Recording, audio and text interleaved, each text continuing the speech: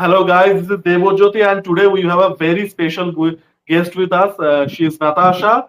People who follow Roadies for a really long time will be familiar with her. She was in Roadies, the inaugural season of Roadies. She went all the way through. She was the runner-up. And how are you, Natasha?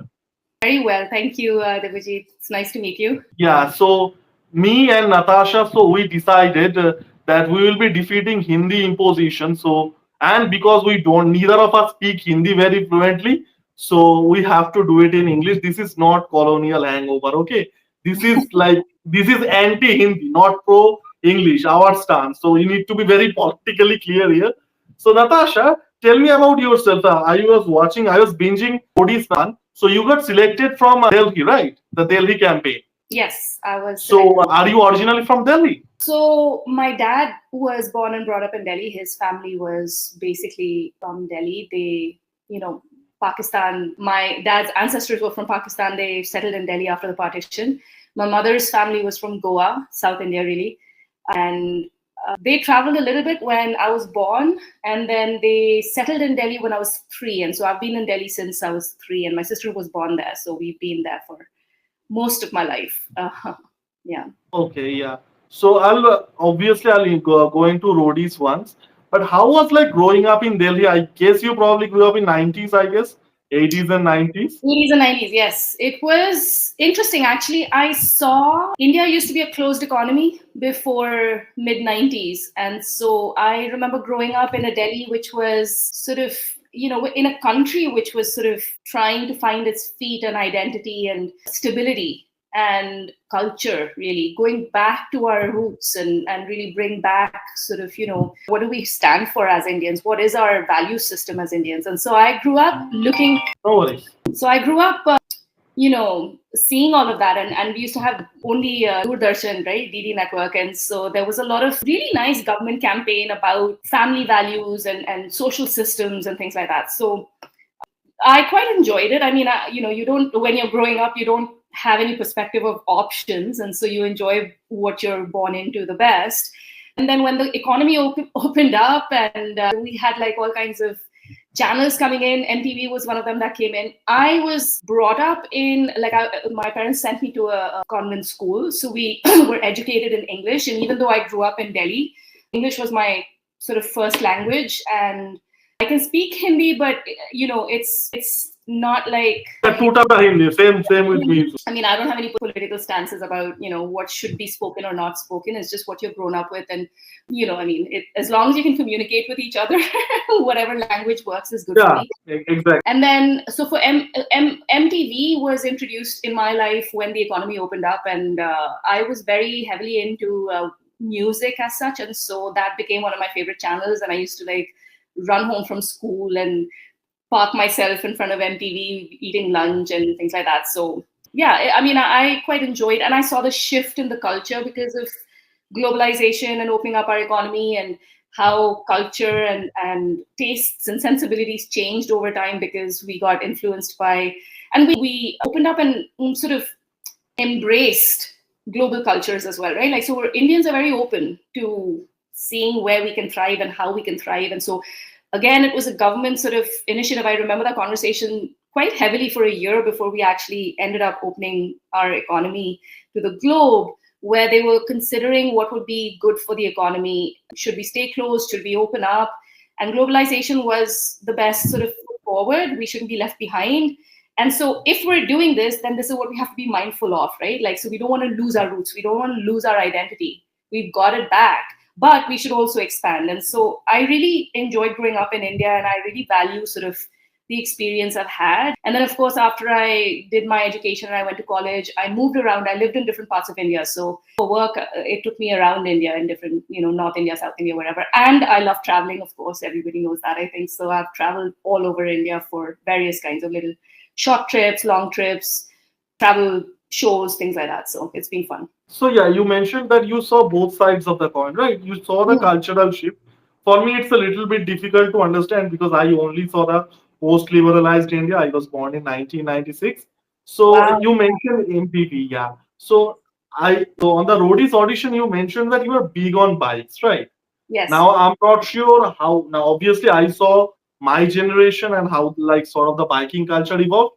How was the biking culture in like how was your interest? I guess there are two questions that how was your interest came up regarding bikes, and how was the biking culture like in 80s and 90s, because there was like 70cc motorcycles, I guess, like things like that were around, I guess, 80s and 90s. I may be wrong.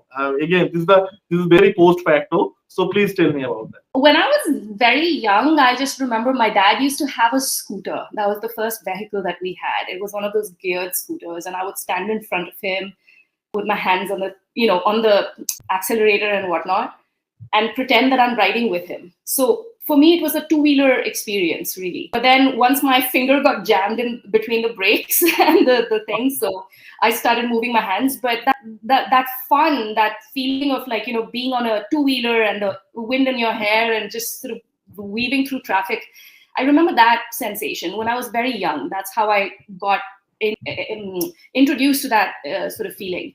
And bikes, my dad used to have like a Yezdi, and Rajdoot used to have some good bikes and things like that. There were some really good bike brands available in India before globalization. There was a bike culture in the sense of mostly it was men. There must have been like a very few, like, I had never, before I got interested in bikes, known of another woman who had ridden a bike. Either. Really? Yeah, like just Okay. the first woman I heard of who had ridden a bike in a movie was Pamela Anderson.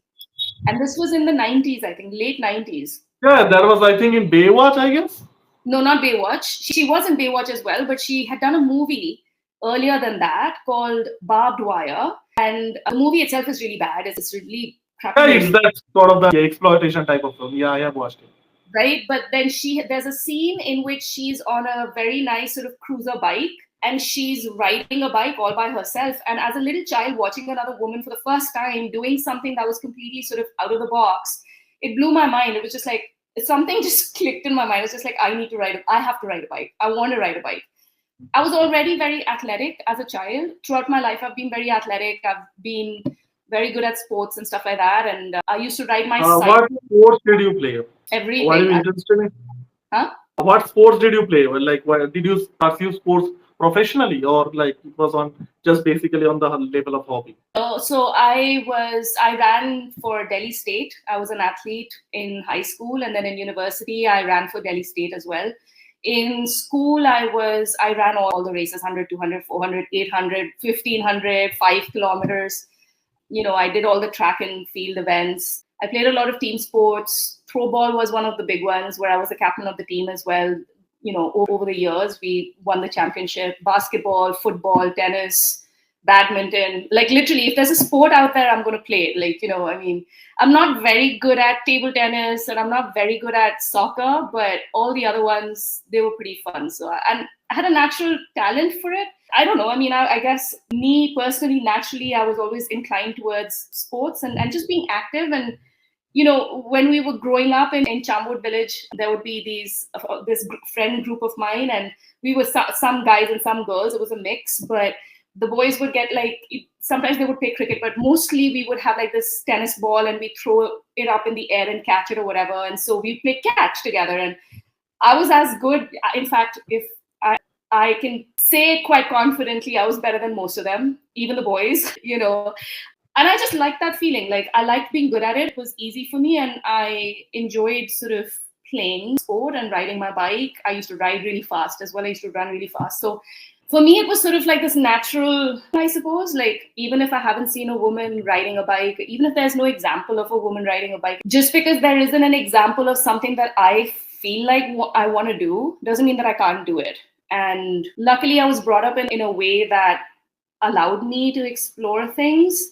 It wasn't easy. It was always constantly trying to fight this perception of like, but you'll fall, but you'll hurt yourself, but are you sure? But you shouldn't be, you're a girl throughout. And I just had to keep putting a blind eye to all those comments or whatever. And sports was bad enough when I was growing up because girls shouldn't play, girls shouldn't run fast, girls shouldn't this, girls shouldn't that. Girls shouldn't wear shorts or pants. Like, I grew up in that generation as well, right?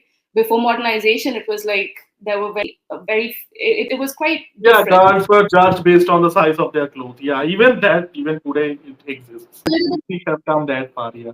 I mean, it's a little bit more flexible now. I think society has opened up, but back then when I was very young, because the Indian culture was very, closed and strict, in the sense that it was very vibrant, but it was also very fixed mindset. It was like, this is what it should be, and this is what is not the way to do it, or wrong to do, or whatever, and we were still trying to clean up the Indian social negatives, the negative culture, the misogyny and stuff like that was inherent in like old Indian, social structures.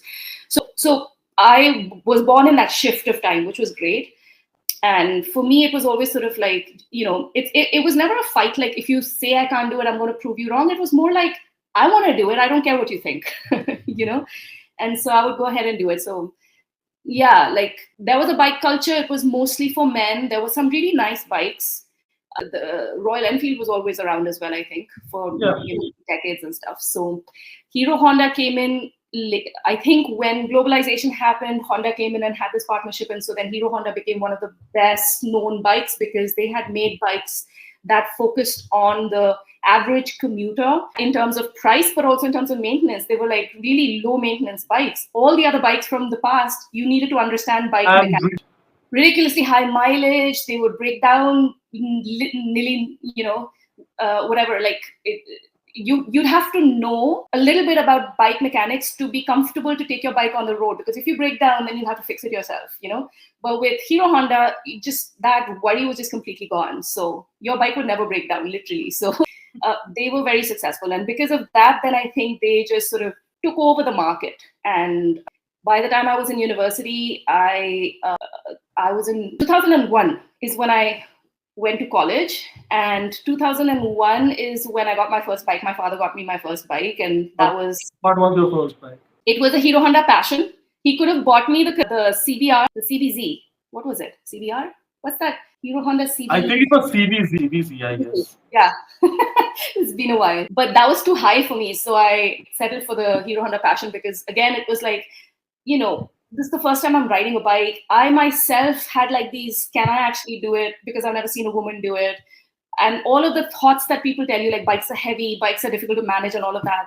I really wanted to ride a bike. My mind was fixed on it, but then I sort of chose a bike that was easier for me to start with because it was lighter, it was lower, etc.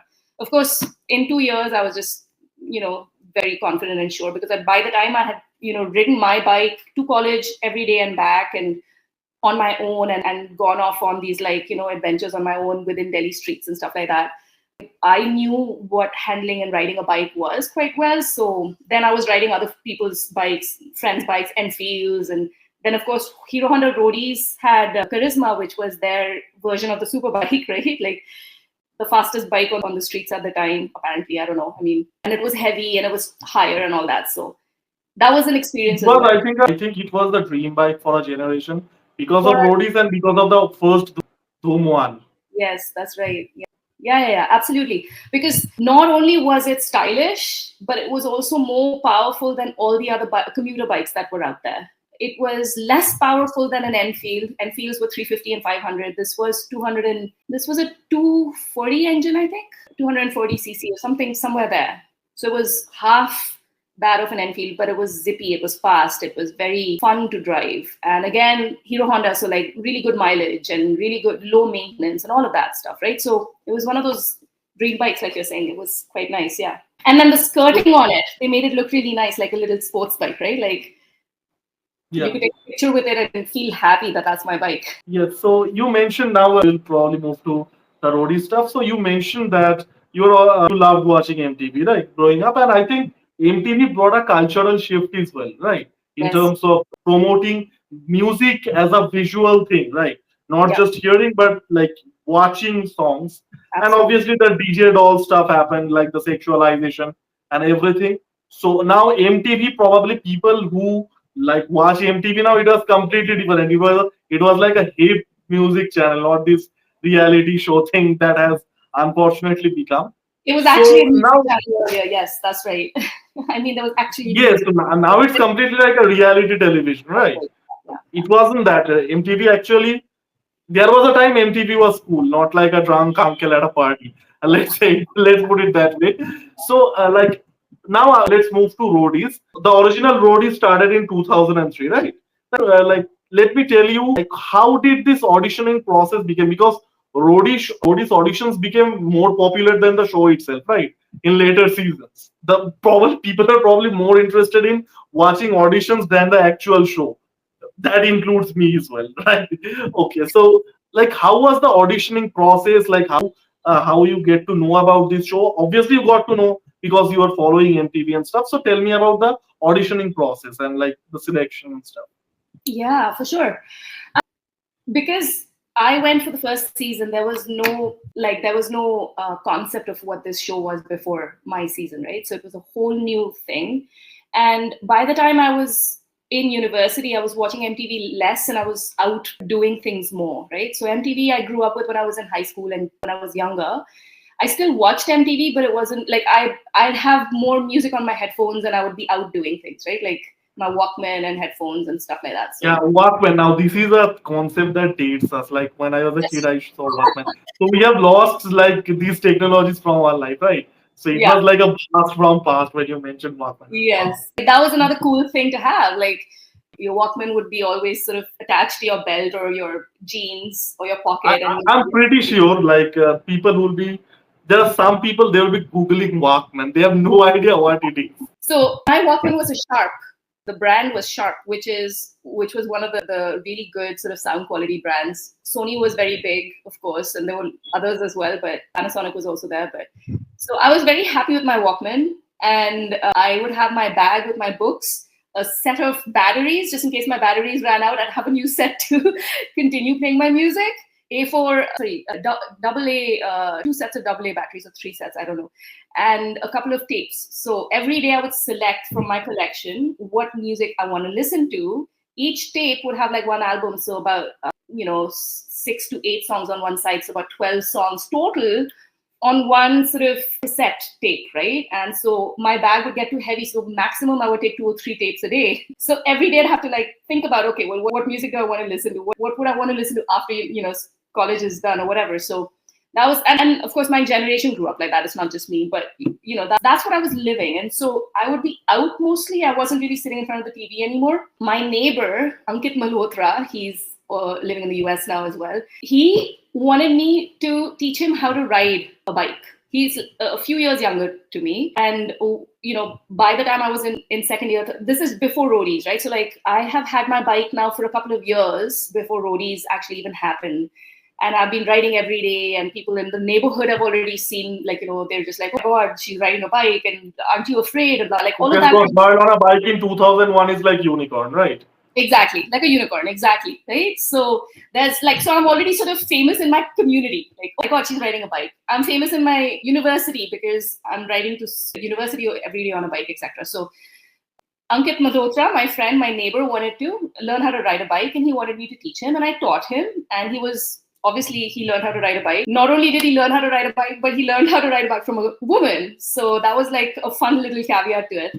He's the one who said, I've seen an ad for some bike group that's coming to Delhi. You should try it out. And I was like, okay, fine. And so he said for some reason, by then Channel V used to be also pretty big. So I, for some reason, thought it was Channel V that he was pointing at. And I sat in front of Channel V the whole day one day. And I'm just like, what is this nonsense? There's nothing happening. I went back to my life. And he met me a week or two later and said, are you joining it? And I was like, I don't know. I didn't see any ads. So he's like, what channel did you watch? And I was like, Channel V. He's like, no, MTV. So I went back to MTV to actually sit and see that ad. And then I did go for the audition. And the audition also sort of happened. Me and my friends had gone for a rave the night before. I almost didn't go for the audition because they were like, it's so late. Why don't you just sleep? Sleep in, whatever. So what are you going to go do an audition for? But it was me, like there was this inner thing. I was just like, I have to do it. For some reason, I don't know why, but I have to do it. Like, I don't care what happens, but I have to go. And so I sort of rode on my bike again. That's what I used to ride, right? Like that was my vehicle. So I rode to the audition early in the morning to modern school Barakhamba is where they had in Delhi, they had taken that as a venue for the audition. And there were like hundreds of people and long lines of people waiting to get processed into the audition. It was all out in the courtyard, and then once we got processed, and I think we got a number or something, I don't remember exactly, but like, and then we had to wait for our turn. And then the first round was like this group discussion, like a GD. And so everybody got put into a different classroom, like 20 people at a time. And there were two MTV guys at the front of the table. And then there were these like participants all around. And I remember sitting on the other end of the table facing the judges or the whoever they were. And they gave us a topic to talk about.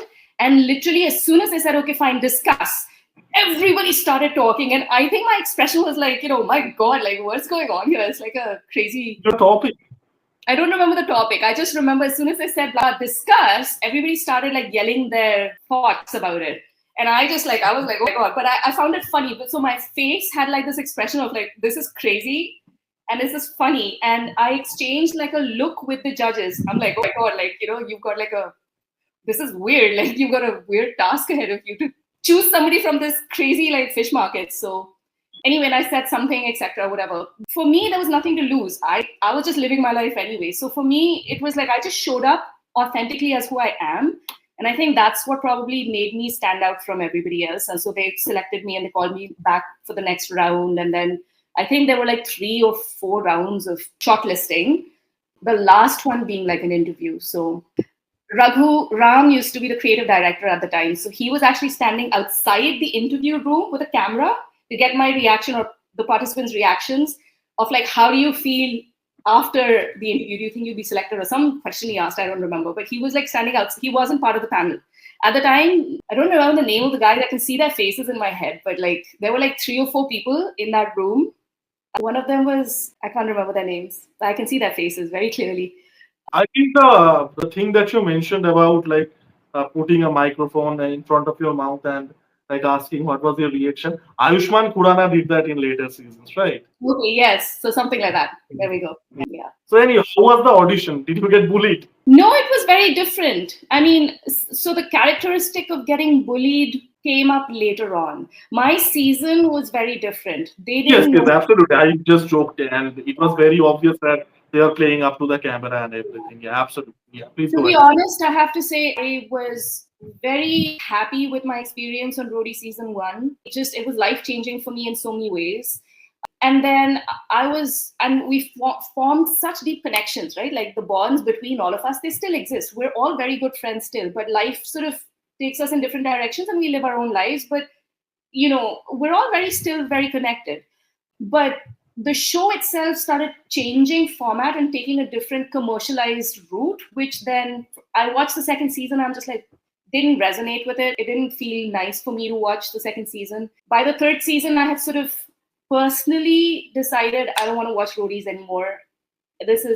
I'm not aligned at all with it. So I haven't really watched the rest of the seasons. I've like seen snippets here and there, like, Yes, ads. I have only watched the season with you, season 1. So Now it has become like this kind of a freak show sort of a thing, right? And stuff yeah, and like people abuse. So the original season, what I liked really, and I think I told you on social media as well, that it was like a travel slash a cultural experience sort of a thing, right? The tasks were an outrageous. They made sense like bungee jumping and stuff like that. They are exciting and fun and actual things, right? And it yes. was more like a travel slash a cultural experience, the sort of show we see on like European television, most especially because Like a lonely European. planet, like a lonely planet mixed with like a adventure show. Exactly. Yeah. And I think the original roadies, the roadies that you were on, it was, I think, inspired by I think an American show. I think it was called Road Riders or something like that. It was again a very travel focused show, a travel and a cultural experience show. So that changed, but we will get back to that.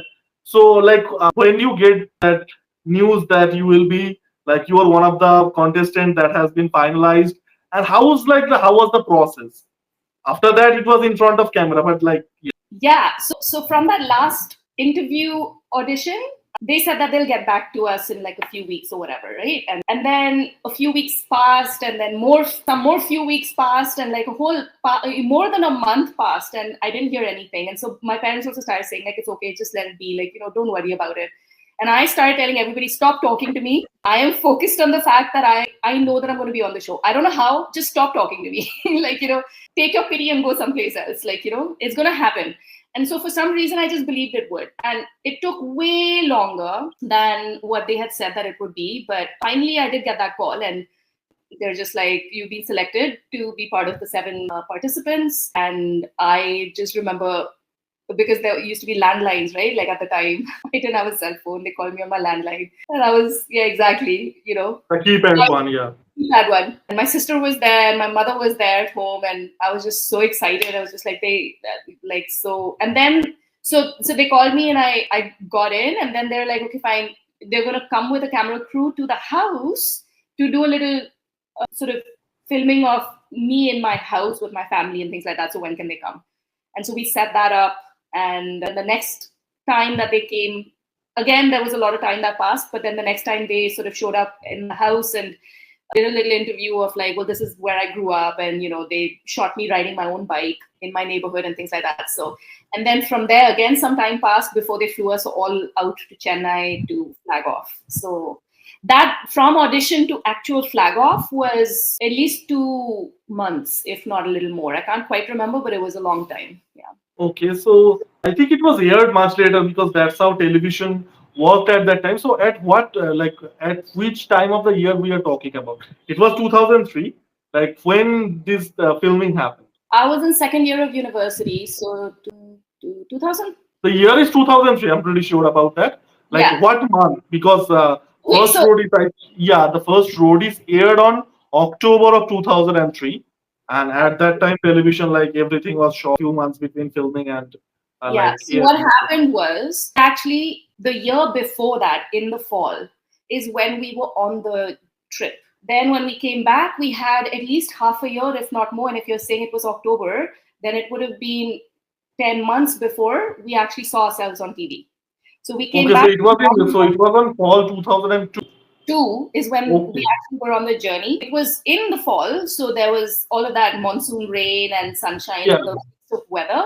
But it was the previous year, for 40 days we were on the roads, and then we came back. We were all sent back to our own houses, and we went back to normal life. So I went back to like third year of university, ending of second year and into third year of university. Like nothing happened. I had this brilliant experience, and I've gone back to like my old friends who are still living in the university, like going back to like normal life. And then later that year, the show aired, and suddenly I'm famous, and people are like, you didn't tell us you went for this thing. It's been a whole year. Like, that kind of, I remember that experience a lot. And so suddenly again, everybody's just like, already they were impressed with me because I was riding my bike in any case. And now I had this bright, yellow, shiny Hero Honda Charisma before they'd seen the show, that they'd seen me riding around to university. So now it was like, and so then, they joined the dots. And They are like, connecting the dots, yeah. Exactly. So that's how it happened. And so I had like my last bit of the third year university is when I was on TV and I got famous and stuff like that, and started experiencing fame in a way that I had not expected. So I was binge watching Roadies one. The thing that I was most interested, they actually did not give much airtime to it. So I love to hear it from you. That's actually the bike trip. Now, obviously, actual bike trip for if you are not people like you or me, that's boring to like the general audience. How were like the bike trips? Because we used to get like the visual pop-ups like 500 kilometers covered, right? 750 kilometers covered. So how was the bike trip? Because we saw the tasks and we saw the dramas and stuff. I'm not really into that. I'm into the bike trip. Yeah. So how was the bike ride? Like you mentioned that it was fall, and I think in quite a few episodes it was very obvious it was rainy and the weather was soggy. Yeah, it was amazing. It was just the best. Like I said, I had the most brilliant experience of my whole life. To be able to ride across India on a bike as a woman, for me, that was that added, for all of us, even for Ranvijay or Tony, who were like avid bikers, to ride across India, that was a brilliant experience. But for me, added to that was just like, I would never have gotten that chance to do that unless it was in this kind of an environment, right? And to see India, to ride on these Indian highways through the countryside, through the topography, it's just, India is so beautiful. If you ever, any of you, whoever's watching, even think about going on a road trip through India, just do it. Don't even think about it. India is magnificent. The people on the highways are just wonderful. It is a huge and beautiful country. And for me, for most of us, when we ended up on the show, first and foremost, we were riders. We were all already bikers. We were bikers who they had brought together to be on the show. We were not famous people. We were not like actors or whatever. We were bikers. And so for us, biking was the attraction. So the bike itself was wonderful. And the route that they picked was beautiful. And the experience of the adventure of riding every day, you get up and you're just like, okay, where are we heading now? And you don't really know until they give you that scroll. And then suddenly you're heading off on a direction, and then you don't know what the road conditions are going to be like. And you're hoping it's not raining, but sometimes it rains. Sometimes the bags that have your dry clothes are in the car, with the crew behind you, and they haven't reached the destination. You've arrived there first before them. And so now you're wet and you're waiting for the very, dry clothes to catch up with you or whatever. So that was the adventure of the whole thing. It was magnificent. And you see how the country changes, because we rode all the way from South India to the mountains. And every day you see a different sort of, scenery, vegetation, people, culture, food. You get an actual immersive experience of what India really is. And that was just the most magnificent thing about the whole experience. I'll ask like a funny question. How irritating was you for to sit on the pillion seat? Because you loved riding, right? You wanted to be the driver. So how irritating was it? Massively irritating. I don't know if you've seen some of the other, I've put a video out earlier about this, but essentially when they auditioned me, I rode in and I actually did the bike ride test as well on the Hero Honda Charisma. Because my idea was, if I'm going to be on the show, I'm going to be riding. I wasn't ever thinking of being like some girl sitting behind a guy, right? I was never going to be a pillion. So for me, it never occurred to me that that's what they were thinking. My idea was, if they're auditioning me for a bike show, like a journey across India on bikes, I'm going to be riding. And the fact that I've proved that I can ride should be good enough. So when they actually flagged us off and they had just 4 bikes and 4 guys and 3 girls, my first reaction was, I don't want to go. Send me back to Delhi. I'm not going on this show. I'm not going to be sitting pillion to some guy for the rest of this journey. I want to ride. I came here to ride. And so because Ranvijay and Tony, and I made a big you are not told this before, this pillion thing. It was such a shock, not even a surprise. It was a shock. It was a bad shock. It was just like, wait, I came here to ride. Where's my bike? Why are there only 4 bikes? And there was Cyrus Sahukar and Raghu Ram who were trying to like pacify me and saying, no, just go for the show. Like, just start. And then I was just like, no, I need a bike. Where's my bike? Get me a bike and I'll ride. And then Tony and Ranvijay were just like, okay, we'll share riding with you. Just come, let's go. Let's start. We'll share with you. So I was like, okay, fine. I was just like, okay, fine. I'll share. And so then the first time we were flagged off, I was behind Ranvijay, and little past, like, we rode for like an hour or something. And I'm just like, okay, fine.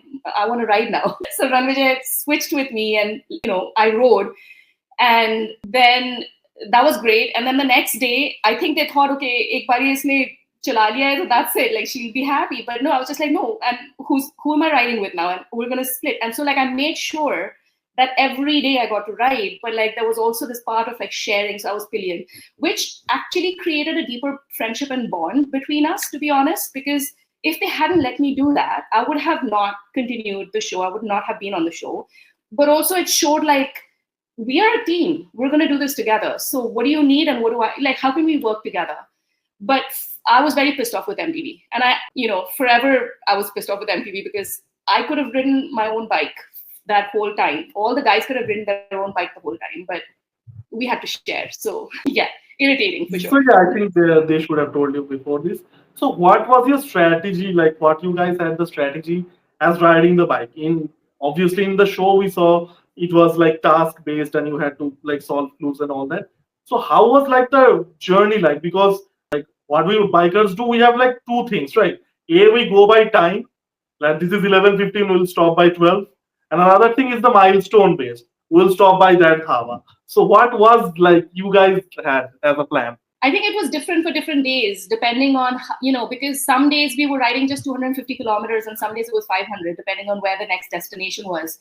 So I remember some days and the weather, some days the weather was so bad. We just wanted to get to like shelter. So we just keep riding, even if we were exhausted, even if we were hungry, we're just like, okay, fine, another half an hour and we'll be there, or another hour we'll be there, just to get out of the rain, right? And other days we were like beautiful sunny weather. We would stop at a dhaba, have a nice luxurious 1 hour break or whatever.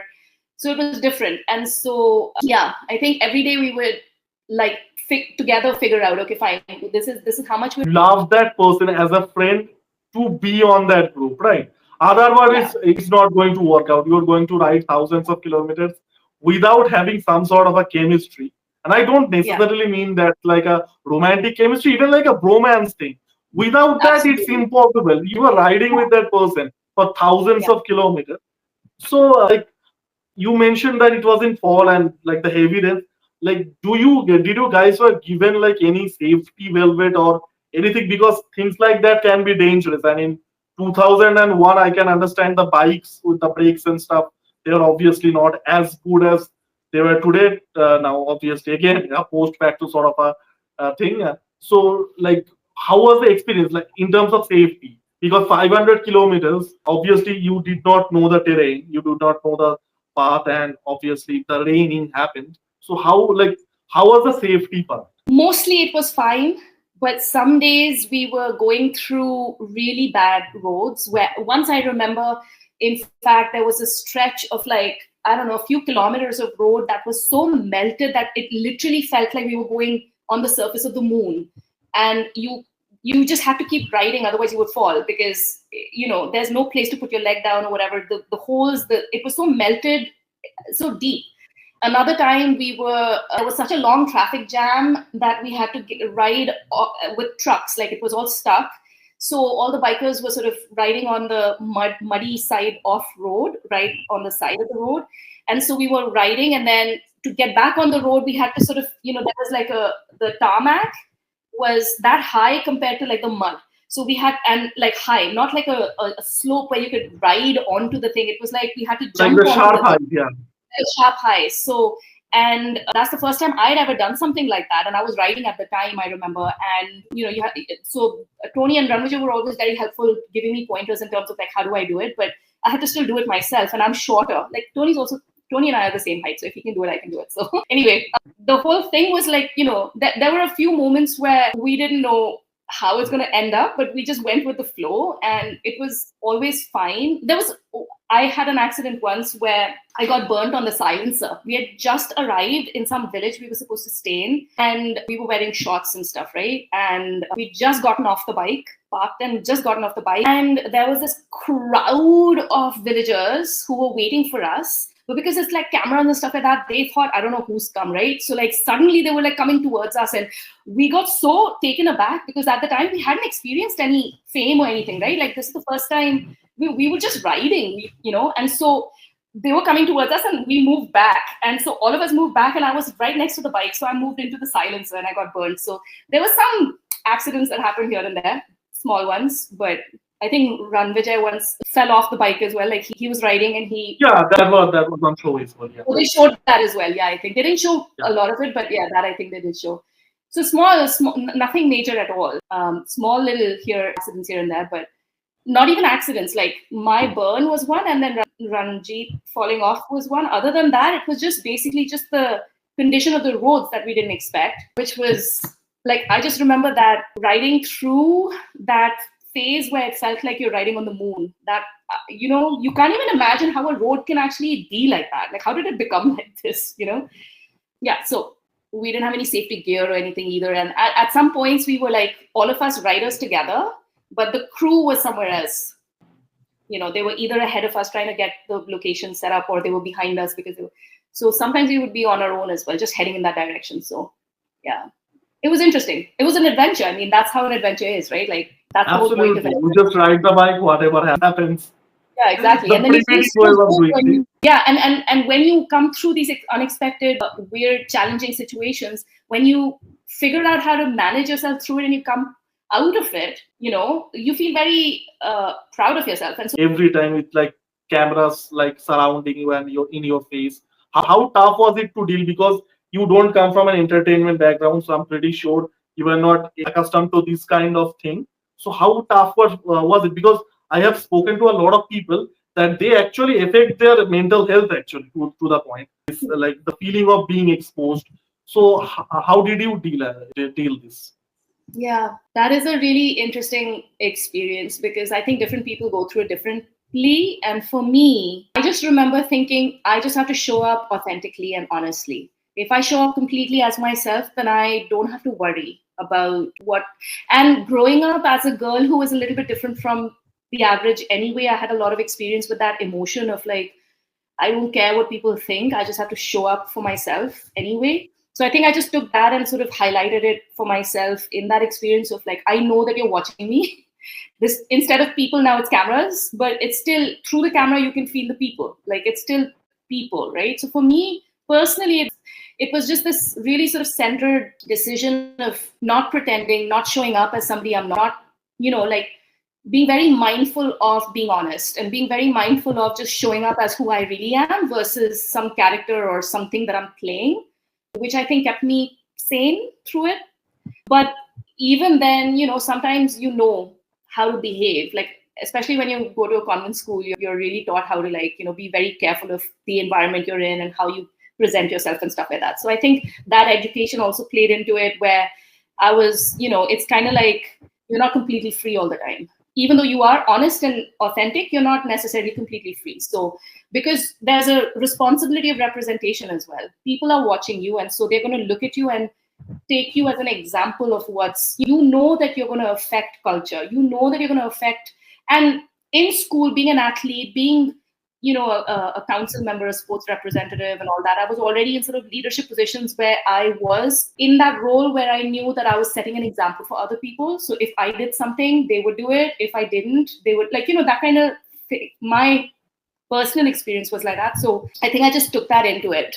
What affected me about the whole journey was not the cameras themselves. It was the fame that came after seeing myself on TV and other people seeing me on TV, this box that then becomes like a sort of separate thing. Like it's a different entity almost.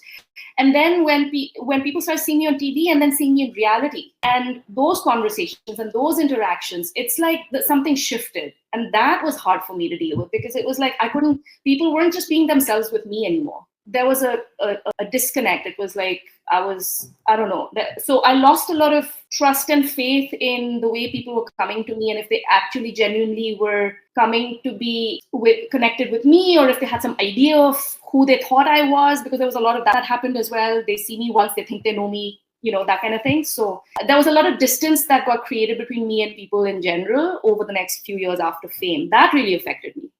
The cameras themselves were nothing compared to that. That experience was hard. How was the bonding between you guys? Because obviously it has been a long time, 22, 23 years, and people have moved on to different things in their life. And Vijay is obviously still with MTV and in the showbiz side. So how was the bonding in that The 40, 40 bonding odd days? for the 40 days, yeah, That 40 it odd was days, yeah. so, yeah, it was so incredible. It was deep. It was so deep that it still exists. I mean, it was a real bond. It wasn't just like a fleeting bond where we're on this project together and now we went to school together or whatever. We were in this. It was like we were family. There was a deep connection between all of us that still exists. So life is interesting because life is long and there are lots of things that happen in life, and it's a personal journey for all of us, and all our lives look different over time, right? And so you share a really deep connection over the 40 days together. And then for us, there was sort of like this core group that got created, which included not just the Roadies, but also the Miditech and MTV crew that was with us. Because we all spent that time on the road. Like, actually, what people don't realize is that, you think that it's just the participants that are getting connecting and creating a bond. It's also the MTV guys. It's also the cameraman. It's also the sound, the boom guy. It's also the driver who's taking the crew with us, and all of us then are staying in the same hotel. All of us are then sort of so there's a lot of community that gets created behind the scenes that is a very real experience. And when you have real, genuine connections and friendships that get created, they last forever. So yeah, I mean, because we were not famous yet, that 10 months of like before the show aired, we started, because we were so like, we'd never felt such strong bonds with anybody else before in our whole life, that we started going from our cities to each other's houses. Like, Ranvijay and I, for example, would go down to Pune, and Nat would come down from Bombay to Pune. So we would be with Tony and Kriti, or we'd go and stay with like Raghu in his house, all of us in Bombay, and Kuhu, his girlfriend, who I went to school with also. Or they would all come to Delhi to spend, days in my house. So we kept doing that for a little while, and it was really like a continuation of the trip in a way for us, because it was such a magnificent experience. Once we got famous, it continued for about another year or so. And of course, like, all of us were in university going into work and stuff like that. So life in itself was changing, but also because Roadies itself started shifting, and Ranvijay was now a VJ, and that bond sort of became a little bit different. It sort of took a different form. And so the direction sort of split a little bit, and it got less physically involved, but we were all still connected in the sense that we all still sort of, and then everybody had an interesting different journey in their life. And so, and you all become adults, and you all have like, process life differently, and everybody was going through a form of fame in their own way. So I think it's interesting. It would be interesting to get together again and see how life has treated everybody and where everybody's landed up together. Absolutely. Yes, you guys should do like a Roadies one reunion. That's the only way to save Roadies at this moment. I think now I told you like off camera as well. I'm telling that I haven't watched Roadies apart from the season you were in, the first season, and I see it get rolled to death on social media. So they are probably doing something wrong. I haven't gone deep to know, like I haven't done my investigation, so I'll have to do that. Natasha, I'd like to ask one question. We have seen people who achieve fame from a reality show. They often like use that as a platform to start a career in show business. We have seen that with Roadies winners as well. That includes obviously your friend Ran Vijay. So why didn't you? Because you were quite popular in Roadies one. You went all the way through the show itself became popular. It was kind of a first of its kind in Indian television. So why didn't you pursue? And you obviously tasted fame, as you mentioned that people like gave you the started treating you differently. So you had taste of that as well.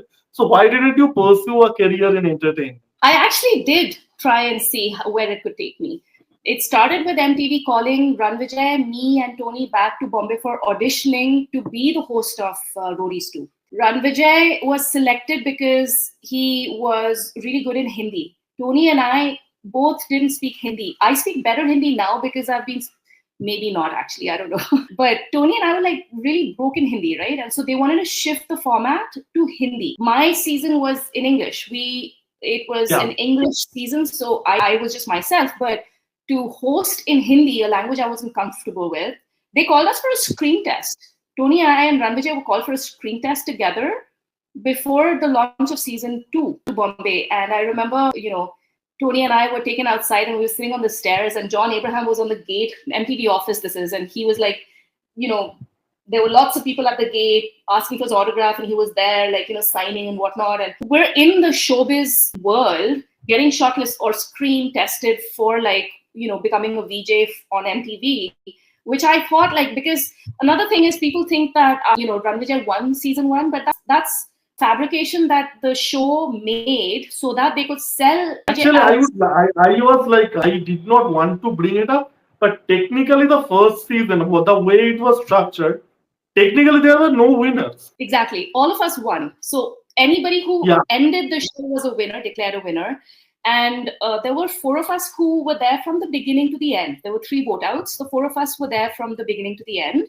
And the 3 people who replaced the people who were voted out. So that made us 10 participants total. And when Hrithik Roshan came to give us the bikes and the, sort of congratulate the winners at that time, he actually said to MTV and to Hero Honda Roadies that the 3 who were voted out should also get their bikes because they were also part of the show. So Hrithik Roshan actually made sure that they also got the bikes. Even though they were not declared winners, they got the goodies for being part of the show.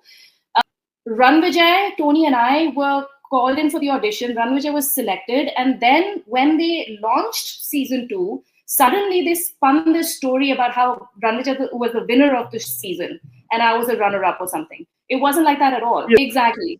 So in terms of popularity, they were doing these surveys all the time, and the popularity metrics of the participants. Ranvijay and I were very head-to-head throughout the airing. So if I had probably been better at Hindi, I could have probably also been selected, is my theory. I have no idea. But so that was that. And so that was the first time that I was called in for an audition. And I thought, okay, fine, university is ending. This is a good opportunity for me to sort of see if I can get into that field. I seem to be liked by the audience, so there could be something to become. So Yeah, I thought the MTV changed because originally MTV was in English or in English. That English thing that became popular, that hey, 20% Hindi, that sort of a thing. So after that, it became like a Desi sort of a Hindi show, right? So apart from so apart from like the season 2, are there any offers from show business? Because we have seen people that have been like catapulted to TV shows and like other reality shows. Now, reality show in 2003-4 was a novel concept. It wasn't as popular as it was It was going the to first be in like. reality show at all. Yeah, absolutely. Ours was the first of its kind in India. Yeah. Yes. So, like, didn't you think that you are probably missing out? Because I think even like people like Shehnaz Treasurywala, right? She used to do her MTV shows in English, but Yes. she had a career, right? Why I thought that it made sense that, I would be part of that project, but I wasn't because they changed that format to Hindi. At least that's what they told me and Tony. But yeah, I mean, MTV didn't work out. They changed that format. Probably they wanted to have a wider audience, so Hindi becoming that language that they chose. Other than that, I got auditions from other places as well. But what happened is, being a woman, and not having anybody in the industry who could help me navigate the industry, what I faced was the ugly underbelly of the industry itself. So I got auditioned by ESPN, I got auditioned by BBC, I got auditioned by NDTV, I got other people in production houses who were high up in the production houses who could have put me in different shows, propositioned me in a way that was like that casting couch thing. It was real. Yes, I understood. Let's not. Let's not. So for me, it was just like, and I was 21. So for me, I was like, first of all, I was happy in my life anyway. Roadies happened to me. And second of all, the what you described is exploitation, right? It's a form of crime. Exactly. So I wasn't going to have any of it. So for me, unfortunately, because I wasn't willing to go that route, none of those things worked out for me, because I was just like, no, thank you, I'm not doing this, right? Like, that's not the deal for me. Again, it was like, where's my bike? Like, I came here to ride, not to do this silly stuff that you think I should do. I'm here to do what I want to do. So if it's not going to work my way, just send me home. It was the same thing with the industry itself. You get so close to all of these people who you can then see them in their face, and you know that their intention is like, but forget about thinking about intention. A lot of them were very blatant in the movements, in their, in the what they think that they had a right to do, and none of them had a right to do that. So yeah, if the film industry or the media industry can happen for any of us without any of that shit, I'm very happy to join it, but not at that cost. So. Okay, life had different plans for you, and your original goal of joining Roadies, of completing that bike and like the bike ride and seeing India from like a very real, very tangible lens, that part was fulfilled, right? Oh, that is the most important thing. And I think I think even today as well, because now Roadies has become this part of a joke, right? And I think people go back to the original seasons. I think you probably get this a lot. Like I like the way I messaged you, hey, I just watched Roadies one, and I loved you guys, and like the whole vibe of the show. You probably get this a lot. So you, even though you probably did not have a long career, you still made impact in a lot of people's lives. We often like judge success based on quantity, but it doesn't have to be that way, right? Even if you are taking a small space in anyone's mind, you are like part of their lives. Some people watched you for what, for months, right? The show, and they still binge. So you are still part of people's lives, and that's the beauty of it. So after Yeah. that, you moved out of show business, right? And so, like, let's like, and we are probably at the end, nearing the end of the show as well. So let's talk about the bike trips and the journey of you as a biker that you did after the show. Before, after, bike trips, road trips were always a part of my life. And I just remember after I got famous, I started getting the opportunity to ride with groups that, otherwise I would not have been part of, like the Enfield Club and things like that. And we started going for these morning rides around Delhi to like these old monuments and, dhabas on the way for coffee and breakfast. And then we explore like, an old ruin, because there's so many ruins around Delhi, right? Like from the Tughlaq age or the Mughal Empire or whatever. So we go and sort of spend some time exploring those places, sit at a dhaba and eat and come back. And so again, it was, the rides were more about like the riding itself, the camaraderie between all of us who were riders, the friendship, the conversations. It was more sort of like this experience of just being a rider rather than being anybody special or famous. It was like, this is what we love to do. We love to ride and we love to explore what's around us. And so I did a lot of those rides as well. I mean, I think what I would have liked to do is one of those solo rides that a lot of women now have done, which is really wonderful. In the mountains in Leh, Ladakh or whatever. I did some of them with other groups, but my dream of like doing that myself is still an unfulfilled dream, which at some point I think I will do for sure. But yeah, I think also I have to say there was a slight bad taste that was left from that whole experience after a few years of, like when I was not famous, I was doing my thing purely for the pleasure of doing it. When I became famous, every time I did something, now there were 10 people looking at me to sort of, there was a lot of scrutiny that you go through after you become famous. And so the joy gets adulterated a little bit, and then you sort of go in a different direction. So that did affect me. Like I said before, the fame itself was not, it was a hard experience, especially because I didn't know how to navigate it, right? Like there was no blueprint for how should you navigate fame. So, and I think a lot of people who would have gone onto the show after would probably have a similar experience of like, what do you do with the fame afterwards? If life doesn't work out where you should be famous, now you're just living a regular life, but you're famous for something you did before. How do you navigate that space? How do you navigate that identity? And that's a hard experience, especially if you don't know how to, if somebody's not there to guide you through it or help you work through it. So unfortunately for me, I think that's where it ended up. But I started doing a lot of road trips in cars after that, a lot more, which was very fun. And India is beautiful, of course. You know what you would have been great at?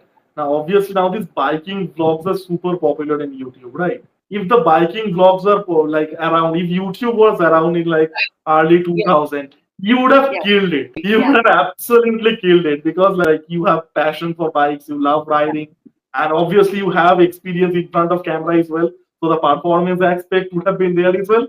You would have totally killed it, but yeah, unfortunately, well, like Timing there was was a 20-year gap. Thank you so much, Natasha, for connecting with me. It was a pleasure. And Natasha has a YouTube channel. She shares her journey. And again, thank you so much. It was like a completely an impromptu thing. I'll have to say this before I end the show. I just pinged Natasha, and during the conversation, I just like asked her, shall we just connect for an interview? And she was gracious enough to agree. And it was a great conversation. And Natasha, again, thank you so much for doing this. I Thank you. loved you on Roadies One, and I think countless people like me that like watched the show originally, and still probably discovering Roadies, the older seasons especially, will still will connect you in some level. So thank you so much. I'm so glad. And I really appreciate you reaching out to me and actually wanting to do this. Also, I want to appreciate how you have grown your channel in such a short time and you're doing such incredible work. It is not easy to have a YouTube channel and you've made a success of it. So I just kudos to you for that. And thank you for having me on your show. Thank you so much, Natasha. Take care. Bye. Thank you. Bye.